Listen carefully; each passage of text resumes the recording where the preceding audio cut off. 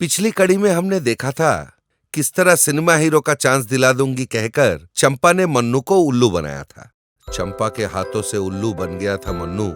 अपने घर पर बैठकर सोच रहा था कि किस तरह रिवेंज लिया जाए। चंपा, तूने बहुत उल्लू बना लिया। मैं हीरो जैसा दिखता हूँ ऐसा झांसा देकर मुझे सिक्योरिटी गार्ड से पिटवाएगी। तुझसे मैंने अपने पैर नहीं धुलवाए ना तो मेरा नाम नहीं। मन्नू ऐसा सोच रहा था, इतने में उसका लवर का फोन आया। मन्नू ने फोन उठाकर कहा, हेलो। क्या कर रहे हो? कुछ नहीं, ऐसे ही बैठा हूँ। तुम घर पे बैठे बैठे मच्छर मारते रहो। मेरे बापू मेरा किसी और से शादी करवा देंगे। तेरा बाप रिश्ता लाएगा तो तू कर लेगी? तो क्या करें? तू क्या करेगी मैं क्या बताऊँ? तुम कुछ मत बोलो।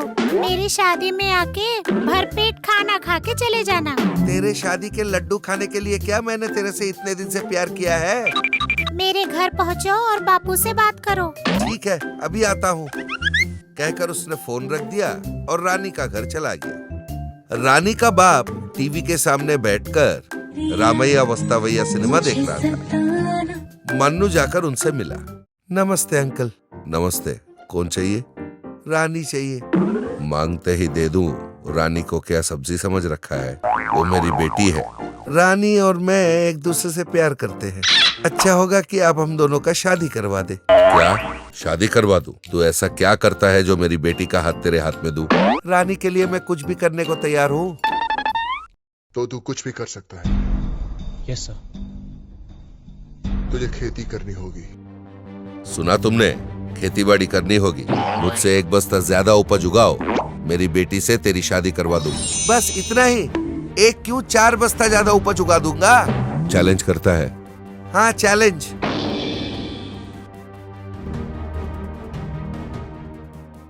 अरे मैंने होने वाले ससुर के सामने बड़े बड़े डींगे मार दिए, पर मुझे खेतीबाड़ी तो आती ही नहीं। अब क्या करूं मैं? उस चंपा से कुछ करवाना पड़ेगा। ये सोचकर उसने चंपा को फोन लगाया। हेलो चंपा, कहाँ है तू? घर पे ही हूँ। क्या बात है, तेरे घाव भर गए क्या? जो बीत गया उसके बारे में याद मत दिला। हाँ, अच्छा बता, और कितने दिन हम टॉम और जेरी की तरह मारपीट करते रहेंगे? अब तो हम अच्छे दोस्त भी बन गए हैं। हाँ, ये बात भी ठीक है। सुन, मेरे पास एक बढ़िया प्लान है। प्लान? कैसा प्लान? आजकल ना सारे लोग ऑर्गेनिक फूड्स के पीछे भाग रहे हैं। हाँ, तो? मेरे 10 एकड़ जमीन तो है ही, पर मुझे खेतीबाड़ी का काम कुछ आता नहीं। मैं पैसे लगाता हूँ, तू पूरा काम देख ले। जो भी मुनाफा होगा आधा आधा बांट लेंगे। आइडिया तो एकदम बढ़िया है, मगर तू मुझे इस बार भी धोखा तो नहीं देगा ना? इसमें कोई 2 नंबर ही नहीं है। पैसे मेरे, काम तेरी, दोनों पार्टनर्स। ठीक है, फिर चलते हैं, काम शुरू करते हैं। इसके बाद दोनों खेत आ पहुँचे। वहाँ पर कांटे भरे पेड़ और बड़े बड़े पत्थर पड़े हुए थे। तूने तो कहा खेत है, मगर यहाँ पत्थर ही है। हाँ, ये मेरा खेती है, पर इतने दिन ऐसे ही पड़ा था तो ऐसे बन गया। ठीक है, बता क्या करना है? करना क्या है? सारे पत्थरों को हटाना होगा और कांटे भरे पेड़ों को काटना होगा। इसके बाद चंपा ने सारे कांटे भरे पेड़ों को काटी और बड़े मुश्किल से उसने सारे पत्थरों को भी हटा दिया और खेतीबाड़ी करने लायक बना दिया। जल्दी जल्दी करना तू काम। अरे कर रही हूँ ना, जल्दबाजी मत कर। ये ले, खत्म हो गया। अब क्या करना है बोल? ये काम होने के बाद उन बैलों को और भैंसों को ठीक से धोना। क्या भैंसों को नहलाना है?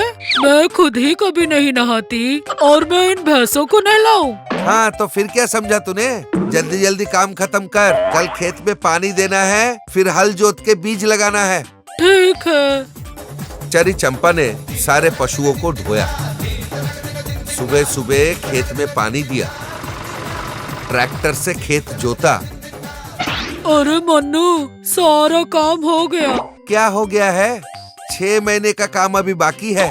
अभी तो बीज और डालने हैं, रोज खेत में पानी देना है और अच्छी खेती के लिए दवाई भी छिड़काना है। 6 महीने? हे भगवान, तेरी बात मान के गलती कर दी। ठीक है, जब वादा किया है तो निभाना तो पड़ेगा ही। ठीक है, करती रह। चंपा बीज बोती रोज खेत में पानी देती और वहीं पर रह के खेत का देखभाल करती। इधर मन्नू घर पर बैठकर आराम किया करता था। चंपा ने पूरी फसल काटी, फिर मन्नू को फोन करके खेत में बुला लिया। मन्नू अपने होने वाले ससुर जी को साथ ले आया। हाँ चंपा, कितने बोरी निकले? 100 बोरी। हाँ ससुर जी, सुना आपने कहा था 1 बस्ता ज्यादा उगाऊंगा तो आपकी बेटी से मेरी शादी करवा दोगे। एक कहाँ 10 बस्ता ज्यादा उगाया है। अब तो आपकी बेटी मेरी हुई, शादी की तैयारियां शुरू कर दो। मन्नू ने ऐसा कहा तो होने वाले ससुर जी ने हामी भरा और वहाँ से चले गए। किसकी शादी? चंपा ने पूछा तो मन्नू ने पूरी कहानी बताई। मतलब तूने मुझे फिर से धोखा दिया? उल्लू तो बनाया, पर मेरे बात पे मैं कायम हूँ। 1 लाख रुपए मैंने लगाया था। ये फसल बेचकर जो भी पैसे मिलेंगे हम आधा आधा बांट लेंगे।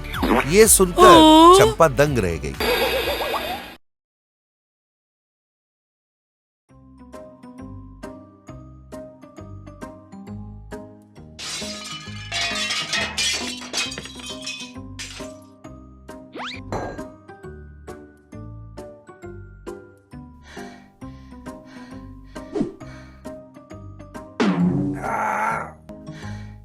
अरे अरे भगवान, काहे आसमान सर पे उठाई हो? देखो हमारे पड़ोसी।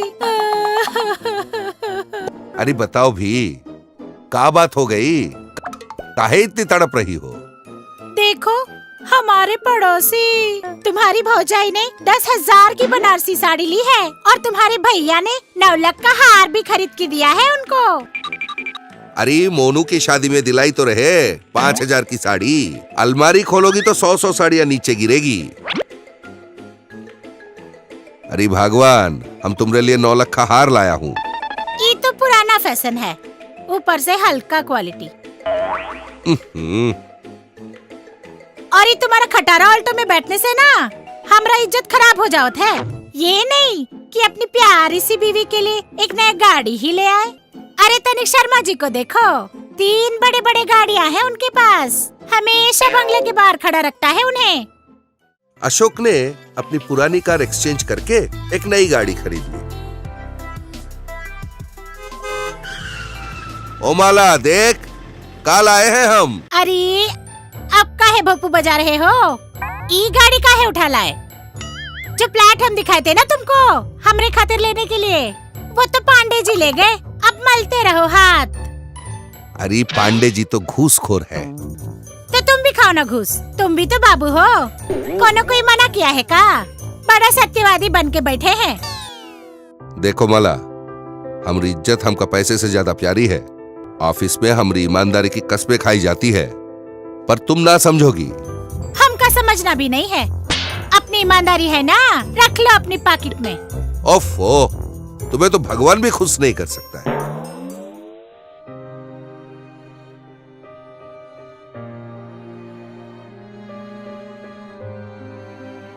दुखी मन से अशोक हिमालय की तरफ निकल पड़ा और वहां जाके तपस्या करने लगा। ओम नमो नारायणाय, ओम नमो नारायणाय, ओम नमो नारायणाय। वत्स अशोक, हम तुम्हारे तपस्या से बहुत प्रसन्न हुआ।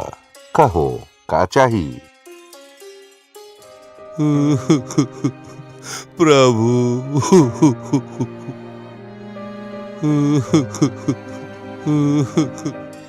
अरे टाइम खोटा ना कर बबुआ, जल्दी बोल बा। हमरी लोग खुशी ना होत रही, चाहे कुछ भी कर ले, आपके आशीर्वाद से सब कुछ है। बंगला है, गाड़ी है, सब कुछ है। अब क्या मर जाए इनका? ये लो, ये तुमरा लोग इनको दे दो। इतनी खुश होगी कि आज तक नहीं हुई होगी। तुमका सर पे उठा के नाचेगी, पर हाँ अभी खोलना नहीं। धन्य हो प्रभु।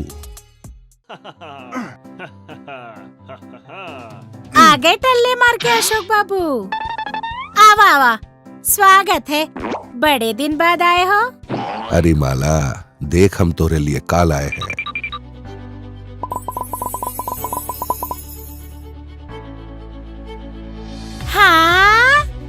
इतने सारे प्याज। अब तो सोसाइटी में हम नाक ऊंची करके निकलेंगे। इतने प्याज तो किसी के पास ना होंगे। धन्य हो नारायण, आपने इसकी टैटे बंद करवा दी। ऐसे ही ज्ञानवर्धक कहानियों के साथ हम फिर मिलेंगे।